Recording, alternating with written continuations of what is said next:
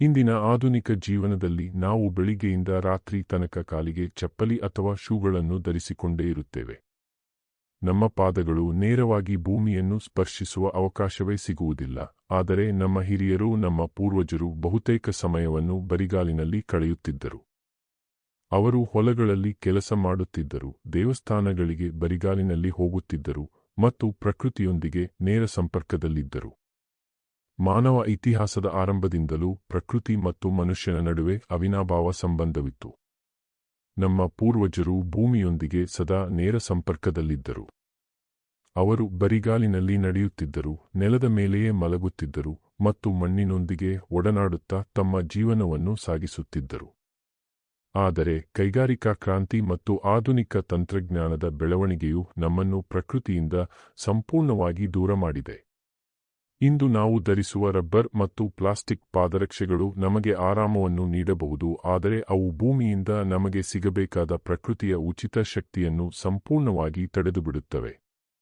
ಈ ಪ್ರತ್ಯೇಕತೆಯೇ ಇಂದು ನಾವು ಅನುಭವಿಸುತ್ತಿರುವ ನೂರಾರು ಆಧುನಿಕ ಕಾಯಿಲೆಗಳಿಗೆ ಮೂಲ ಕಾರಣವಾಗಿದೆ ಎಂದು ವಿಜ್ಞಾನಿಗಳು ಈಗ ಕಂಡುಕೊಳ್ಳುತ್ತಿದ್ದಾರೆ.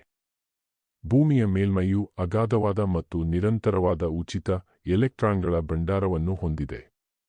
ನಾವು ಬರಿಗಾಲಿನಲ್ಲಿ ಭೂಮಿಯನ್ನು ಸ್ಪರ್ಶಿಸಿದಾಗ ಈ ಎಲೆಕ್ಟ್ರಾನ್ಗಳು ನೈಸರ್ಗಿಕವಾಗಿ ನಮ್ಮ ದೇಹವನ್ನು ಪ್ರವೇಶಿಸುತ್ತವೆ. ಈ ಪ್ರಕ್ರಿಯೆಯನ್ನು ವಿಜ್ಞಾನದಲ್ಲಿ ಅರ್ಥಿಂಗ್ ಅಥವಾ ಗ್ರೌಂಡಿಂಗ್ ಎಂದು ಕರೆಯಲಾಗುತ್ತದೆ. ನಾವು ಬರಿಗಾಲಿನಲ್ಲಿ ನಡೆದಾಗ ನಮ್ಮ ದೇಹದಲ್ಲಿ ಅದ್ಭುತವಾದ ಜೈವಿಕ ಬದಲಾವಣೆಗಳು ಸಂಭವಿಸುತ್ತವೆ. ಆಧುನಿಕ ಜೀವನಶೈಲಿ, ಮೊಬೈಲ್ ವಿಕಿರಣಗಳು, ಮಾಲಿನ್ಯ ಮತ್ತು ನಾವು ತಿನ್ನುವ ಸಂಸ್ಕರಿತ ಆಹಾರಗಳಿಂದಾಗಿ ನಮ್ಮ ದೇಹದಲ್ಲಿ ಫ್ರೀ ರಾಡಿಕಲ್ಸ್ ಅಥವಾ ಧನಾತ್ಮಕ ಅಯಾನುಗಳು ನಿರಂತರವಾಗಿ ಉತ್ಪತ್ತಿಯಾಗುತ್ತಿರುತ್ತವೆ. ಈ ಧನಾತ್ಮಕ ಅಯಾನುಗಳು ದೇಹದಲ್ಲಿ ಅತಿಯಾದಾಗ ಕೋಶಗಳಿಗೆ ಹಾನಿಯಾಗುತ್ತದೆ ಮತ್ತು ಇದು ದೀರ್ಘಕಾಲದ ಉರಿಯೂತಕ್ಕೆ ದಾರಿ ಮಾಡಿಕೊಡುತ್ತದೆ. ನಾವು ಬರಿಗಾಲಿನಲ್ಲಿ ಮಣ್ಣು ಅಥವಾ ಹುಲ್ಲಿನ ಮೇಲೆ ನಡೆದ ತಕ್ಷಣ ಭೂಮಿಯಲ್ಲಿರುವ ಋಣಾತ್ಮಕ ಎಲೆಕ್ಟ್ರಾನ್ಗಳು ಪಾದದ ಮೂಲಕ ದೇಹವನ್ನು ಪ್ರವೇಶಿಸಿ ಈ ಧನಾತ್ಮಕ ಅಯಾನುಗಳನ್ನು ತಟಸ್ಥಗೊಳಿಸುತ್ತವೆ. ಇದು ದೇಹದ ಒಳಗಿನ ವಿದ್ಯುತ್ಕಾಂತೀಯ ವಾತಾವರಣವನ್ನು ಸಮತೋಲನಕ್ಕೆ ತರುತ್ತದೆ. ಈ ಸರಳ ಕ್ರಿಯೆಯು ಯಾವುದೇ ಅಡ್ಡಪರಿಣಾಮಗಳಿಲ್ಲದ ಅತ್ಯಂತ ಶಕ್ತಿಶಾಲಿ ಆಂಟಿ ಆಕ್ಸಿಡೆಂಟ್ ಚಿಕಿತ್ಸೆಯಾಗಿ ಕೆಲಸ ಮಾಡುತ್ತದೆ. ವೈದ್ಯಕೀಯ ಸಂಶೋಧನೆಗಳ ಪ್ರಕಾರ ಕೇವಲ 20ರಿಂದ 30 ನಿಮಿಷಗಳ ಕಾಲ ಬರಿಗಾಲಿನಲ್ಲಿ ಭೂಮಿಯ ಮೇಲೆ ಕಳೆಯುವುದರಿಂದ ದೇಹದ ರಕ್ತದ ಸ್ನಿಗ್ಧತೆ ಅಥವಾ ದ್ರವತೆ ಗಣನೀಯವಾಗಿ ಸುಧಾರಿಸುತ್ತದೆ. ಹೃದಯದ ಆರೋಗ್ಯವನ್ನು ಕಾಪಾಡಿಕೊಳ್ಳುವಲ್ಲಿ ಬರಿಗಾಲಿನ ನಡಿಗೆಯು ವಹಿಸುವ ಪಾತ್ರ ನಿಜಕ್ಕೂ ಆಶ್ಚರ್ಯಕರವಾಗಿದೆ. ರಕ್ತ ಪರಿಚಲನೆ ಸುಧಾರಿಸುವುದರಿಂದ ರಕ್ತದೊತ್ತಡವು ಸಹಜವಾಗಿಯೇ ನಿಯಂತ್ರಣಕ್ಕೆ ಬರುತ್ತದೆ. ಇಂದಿನ ದಿನಗಳಲ್ಲಿ ಅಧಿಕ ರಕ್ತದೊತ್ತಡ ಮತ್ತು ಹೃದಯಾಘಾತದಂತಹ ಸಮಸ್ಯೆಗಳು ವಯಸ್ಸಿನ ಭೇದವಿಲ್ಲದೆ ಎಲ್ಲರನ್ನೂ ಕಾಡುತ್ತಿವೆ. ಬರಿಗಾಲಿನಲ್ಲಿ ನಡೆಯುವ ಅಭ್ಯಾಸವನ್ನು ರೂಢಿಸಿಕೊಂಡರೆ ಹೃದಯದ ರಕ್ತನಾಳಗಳಲ್ಲಿ ರಕ್ತ ಹೆಪ್ಪುಗಟ್ಟುವ ಅಪಾಯವು ತುಂಬಾ ಕಡಿಮೆಯಾಗುತ್ತದೆ. ಇದರೊಂದಿಗೆ ದೇಹದಲ್ಲಿನ ಕಾರ್ಟಿಸೋಲ್ ಎಂಬ ಒತ್ತಡದ ಹಾರ್ಮೋನ್ ಮಟ್ಟವು ತಕ್ಷಣವೇ ಇಳಿಕೆಯಾಗುತ್ತದೆ. ಕಾರ್ಟಿಸೋಲ್ ಮಟ್ಟ ಹೆಚ್ಚಾದಾಗ ದೇಹವು ನಿರಂತರವಾಗಿ ತುರ್ತು ಪರಿಸ್ಥಿತಿಯಲ್ಲಿದ್ದಂತೆ ವರ್ತಿಸುತ್ತದೆ. ಇದರಿಂದಾಗಿ ರಕ್ತದೊತ್ತಡ ಹೆಚ್ಚಾಗುತ್ತದೆ ಮತ್ತು ನಿದ್ರಾಹೀನತೆಯಂತಹ ಸಮಸ್ಯೆಗಳು ಕಾಣಿಸಿಕೊಳ್ಳುತ್ತವೆ. ಭೂಮಿಯೊಂದಿಗೆ ಸಂಪರ್ಕ ಸಾಧಿಸಿದಾಗ ನಮ್ಮ ನರಮಂಡಲವು ಸಹಾನುಭೂತಿಯ ಸ್ಥಿತಿಯಿಂದ ಅರೆಸಹಾನುಭೂತಿಯ ಸ್ಥಿತಿಗೆ, ಅಂದರೆ ವಿಶ್ರಾಂತಿಯ ಸ್ಥಿತಿಗೆ ಬದಲಾಗುತ್ತದೆ. ಇಂದು ವಿಜ್ಞಾನವು ಸಹ ಒಂದು ಆಸಕ್ತಿದಾಯಕ ವಿಷಯವನ್ನು ಒಪ್ಪಿಕೊಳ್ಳುತ್ತಿದೆ.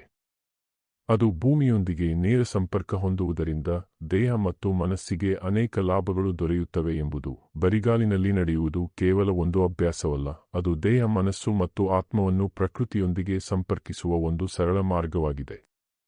ಪ್ರತಿದಿನ ಕೆಲ ನಿಮಿಷಗಳ ಕಾಲ ಹುಲ್ಲಿನ ಮೇಲೆ, ಮಣ್ಣಿನ ಮೇಲೆ ಅಥವಾ ಮರಳಿನ ಮೇಲೆ ಬರಿಗಾಲಿನಲ್ಲಿ ನಡೆದರೆ ಅನೇಕ ಧನಾತ್ಮಕ ಬದಲಾವಣೆಗಳನ್ನು ಅನುಭವಿಸಬಹುದು. ನಮ್ಮ ಪಾದಗಳಲ್ಲಿ ಸಾವಿರಾರು ನರಗಳು ಇವೆ. ಈ ನರಗಳು ದೇಹದ ವಿವಿಧ ಭಾಗಗಳೊಂದಿಗೆ ಸಂಪರ್ಕ ಹೊಂದಿವೆ ಎಂದು ಅನೇಕ ಆರೋಗ್ಯ ಪದ್ಧತಿಗಳು ಹೇಳುತ್ತವೆ. ಪಾದಗಳು ಭೂಮಿಯನ್ನು ಸ್ಪರ್ಶಿಸಿದಾಗ ಈ ನರಗಳಿಗೆ ಸೌಮ್ಯವಾದ ಪ್ರಚೋದನೆ ದೊರೆಯುತ್ತದೆ. ಇದರಿಂದ ದೇಹದಲ್ಲಿ ಹೊಸ ಚೈತನ್ಯ ಮೂಡುತ್ತದೆ. ಬೆಳಗಿನ ಸಮಯದಲ್ಲಿ ಹಸಿರು ಹುಲ್ಲಿನ ಮೇಲೆ ನಡೆಯುವುದು ಅತ್ಯಂತ ಸುಂದರ ಅನುಭವ. ತಂಪಾದ ಹನಿ, ಮೃದುವಾದ ಹುಲ್ಲು ಮತ್ತು ಪ್ರಕೃತಿಯ ಶಾಂತ ವಾತಾವರಣ ಮನಸ್ಸಿಗೆ ವಿಶ್ರಾಂತಿ ನೀಡುತ್ತದೆ. ಮಾನಸಿಕ ಆರೋಗ್ಯ ಮತ್ತು ನಿದ್ರೆಯ ಗುಣಮಟ್ಟಕ್ಕೂ ಬರಿಗಾಲಿನ ನಡಿಗೆಗೂ ನೇರ ಸಂಬಂಧವಿದೆ. ಇಂದಿನ ಜಗತ್ತಿನಲ್ಲಿ ನಿದ್ರಾಹೀನತೆ ಅಥವಾ ಇನ್ಸೋಮ್ನಿಯಾ ಒಂದು ದೊಡ್ಡ ಸಾಂಕ್ರಾಮಿಕ ರೋಗದಂತೆ ಹರಡುತ್ತಿದೆ. ರಾತ್ರಿಯಿಡೀ ಫೋನ್ ನೋಡುವುದು ಮತ್ತು ಕೃತಕ ಬೆಳಕಿನಲ್ಲಿ ಬದುಕುವುದು ನಮ್ಮ ದೇಹದ ನೈಸರ್ಗಿಕ ಜೈವಿಕ ಗಡಿಯಾರವನ್ನು ಅಸ್ತವ್ಯಸ್ತಗೊಳಿಸಿದೆ. ನಾವು ಬೆಳಗಿನ ಜಾವ ಅಥವಾ ಸಂಜೆ ಬರಿಗಾಲಿನಲ್ಲಿ ನೈಸರ್ಗಿಕ ನೆಲದ ಮೇಲೆ ನಡೆದಾಗ ದೇಹದ ಜೈವಿಕ ಗಡಿಯಾರವು ಪ್ರಕೃತಿಯ 24 ಗಂಟೆಗಳ ಚಕ್ರದೊಂದಿಗೆ ಮರುಹೊಂದಾಣಿಕೆ ಮಾಡಿಕೊಳ್ಳುತ್ತದೆ. ಇದು ರಾತ್ರಿಯ ಸಮಯದಲ್ಲಿ ಮೆಲಟೋನಿನ್ ಎಂಬ ನಿದ್ರೆಯ ಹಾರ್ಮೋನ್ ಸರಿಯಾದ ಪ್ರಮಾಣದಲ್ಲಿ ಬಿಡುಗಡೆಯಾಗಲು ಸಹಾಯ ಮಾಡುತ್ತದೆ. ಇದರ ಪರಿಣಾಮವಾಗಿ ಮನುಷ್ಯನಿಗೆ ಗಾಢವಾದ ಮತ್ತು ಯಾವುದೇ ಅಡಚಣೆಯಿಲ್ಲದ ನಿದ್ರೆ ಬರುತ್ತದೆ. ಇಂದಿನ ಜೀವನದಲ್ಲಿ ಹೆಚ್ಚಿನ ಜನರು ಒತ್ತಡದಿಂದ ಬಳಲುತ್ತಿದ್ದಾರೆ. ಕೆಲಸದ ಒತ್ತಡ, ಹಣಕಾಸಿನ ಸಮಸ್ಯೆಗಳು, ಕುಟುಂಬದ ಜವಾಬ್ದಾರಿಗಳು ಮತ್ತು ಆರೋಗ್ಯದ ಚಿಂತೆಗಳು ಮನಸ್ಸನ್ನು ಸದಾ ಕಾಡುತ್ತಿರುತ್ತವೆ. ಇಂತಹ ಸಂದರ್ಭದಲ್ಲಿ ಪ್ರತಿದಿನ ಸ್ವಲ್ಪ ಸಮಯ ಪ್ರಕೃತಿಯೊಂದಿಗೆ ಕಳೆಯುವುದು ಅತ್ಯಂತ ಪರಿಣಾಮಕಾರಿ ಅಭ್ಯಾಸವಾಗಬಹುದು. ಬರಿಗಾಲಿನಲ್ಲಿ ನಡೆಯುವುದರಿಂದ ದೇಹದ ಸಮತೋಲನ ಹೆಚ್ಚಾಗುತ್ತದೆ.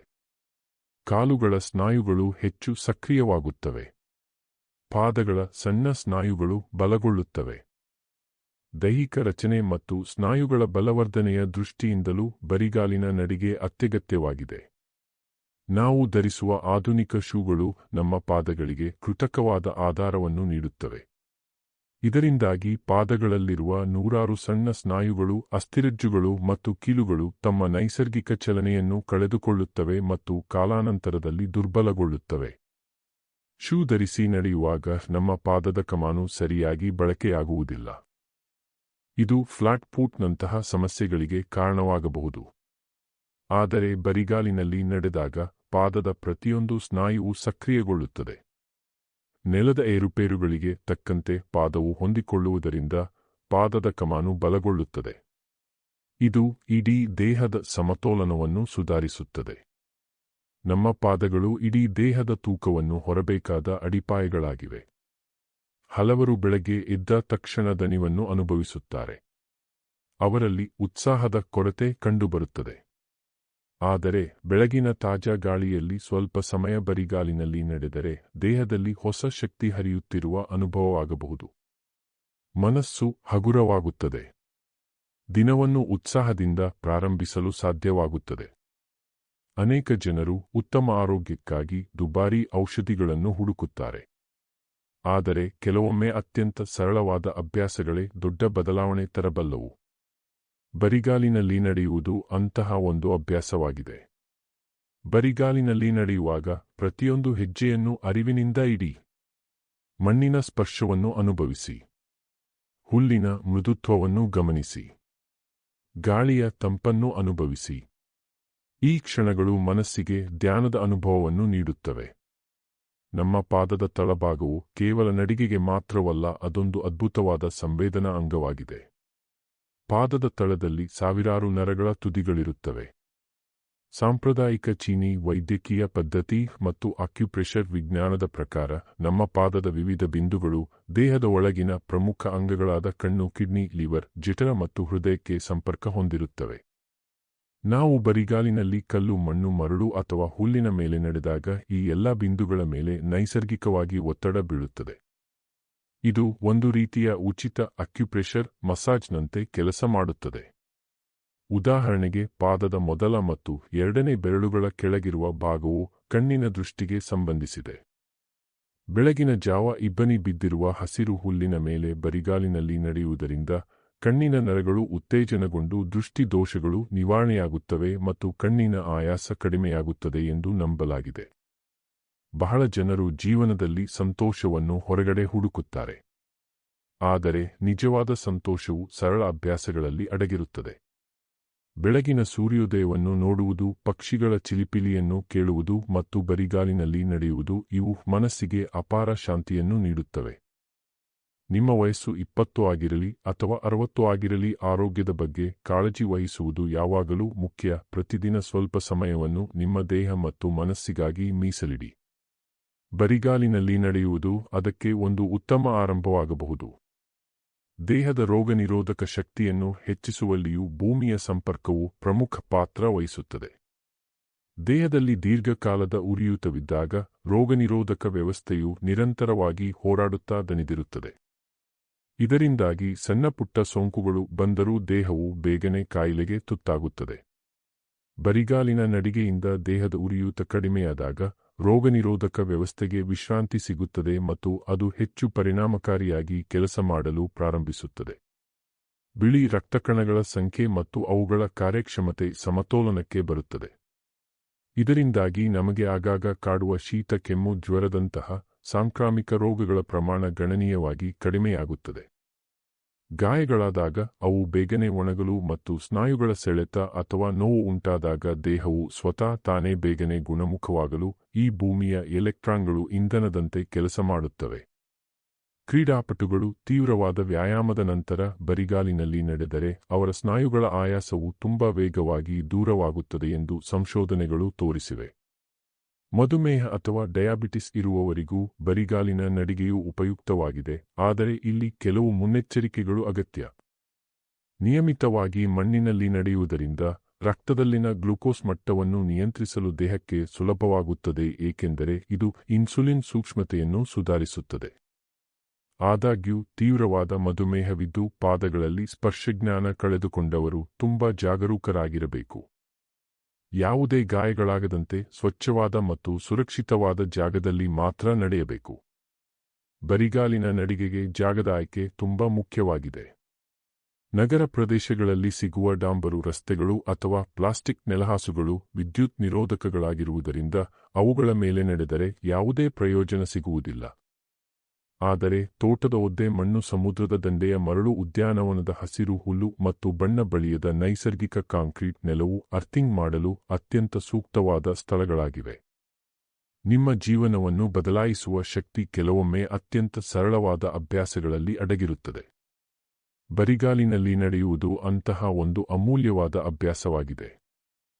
ಆಧ್ಯಾತ್ಮಿಕ ಮತ್ತು ಭಾವನಾತ್ಮಕ ದೃಷ್ಟಿಕೋನದಿಂದ ನೋಡಿದಾಗಲೂ ಬರಿಗಾಲಿನಲ್ಲಿ ನಡೆಯುವುದು ನಮ್ಮನ್ನು ಅಹಂಕಾರದಿಂದ ಮುಕ್ತಗೊಳಿಸಿ ನಮ್ರತೆಯನ್ನು ಕಲಿಸುತ್ತದೆ.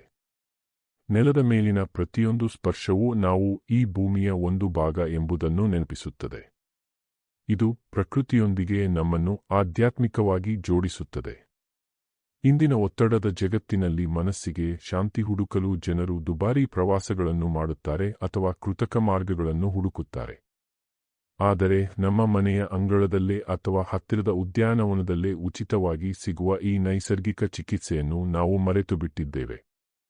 ಆರಂಭದಲ್ಲಿ ಬರಿಗಾಲಿನಲ್ಲಿ ನಡೆಯುವಾಗ ಪಾದಗಳಿಗೆ ಸ್ವಲ್ಪ ಕಷ್ಟ ಎನಿಸಬಹುದು, ಆದರೆ ದಿನಕ್ಕೆ 10-15 ನಿಮಿಷಗಳಿಂದ ಪ್ರಾರಂಭಿಸಿ ಕ್ರಮೇಣ ಸಮಯವನ್ನು ಹೆಚ್ಚಿಸುತ್ತಾ ಹೋದರೆ ಪಾದದ ಚರ್ಮವು ಗಟ್ಟಿಯಾಗುತ್ತದೆ ಮತ್ತು ನಡಿಗೆಯು ಆನಂದದಾಯಕವಾಗುತ್ತದೆ. ನಡೆದು ಬಂದ ನಂತರ ಪಾದಗಳನ್ನು ಸ್ವಚ್ಛವಾಗಿ ತೊಳೆದುಕೊಳ್ಳುವುದು ನೈರ್ಮಲ್ಯದ ದೃಷ್ಟಿಯಿಂದ ಒಳ್ಳೆಯದು. ಪ್ರತಿದಿನ ಒಂದು ಹೆಜ್ಜೆ ಹಾಕಿ. ಆ ಹೆಜ್ಜೆ ನಿಮ್ಮನ್ನು ಉತ್ತಮ ಆರೋಗ್ಯದತ್ತ, ಉತ್ತಮ ಜೀವನದತ್ತ ಮತ್ತು ಉತ್ತಮ ಭವಿಷ್ಯದತ್ತ ಕರೆದೊಯ್ಯಬಹುದು. ಬರಿಗಾಲಿನಲ್ಲಿ ನಡೆಯಿರಿ, ಪ್ರಕೃತಿಯನ್ನು ಅನುಭವಿಸಿ ಮತ್ತು ಜೀವನವನ್ನು ಹೊಸ ದೃಷ್ಟಿಯಿಂದ ನೋಡಿ. ಇದೇ ಆರೋಗ್ಯಕರ ಮತ್ತು ಸಂತೋಷಕರ ಜೀವನದ ಸರಳ ರಹಸ್ಯವಾಗಿದೆ. ನಿಮಗೆ ಈ ವಿಡಿಯೋ ಇಷ್ಟವಾದರೆ ಲೈಕ್ ಮಾಡಿ. ನಿಮ್ಮ ಅಭಿಪ್ರಾಯವನ್ನು ಕಾಮೆಂಟ್ನಲ್ಲಿ ತಿಳಿಸಿ. ಮತ್ತಷ್ಟು ಇಂತಹ ವಿಡಿಯೋಗಳಿಗಾಗಿ ನಮ್ಮ ಚಾನೆಲ್ ಅನ್ನು ಸಬ್ಸ್ಕ್ರೈಬ್ ಮಾಡಿ. ಧನ್ಯವಾದಗಳು.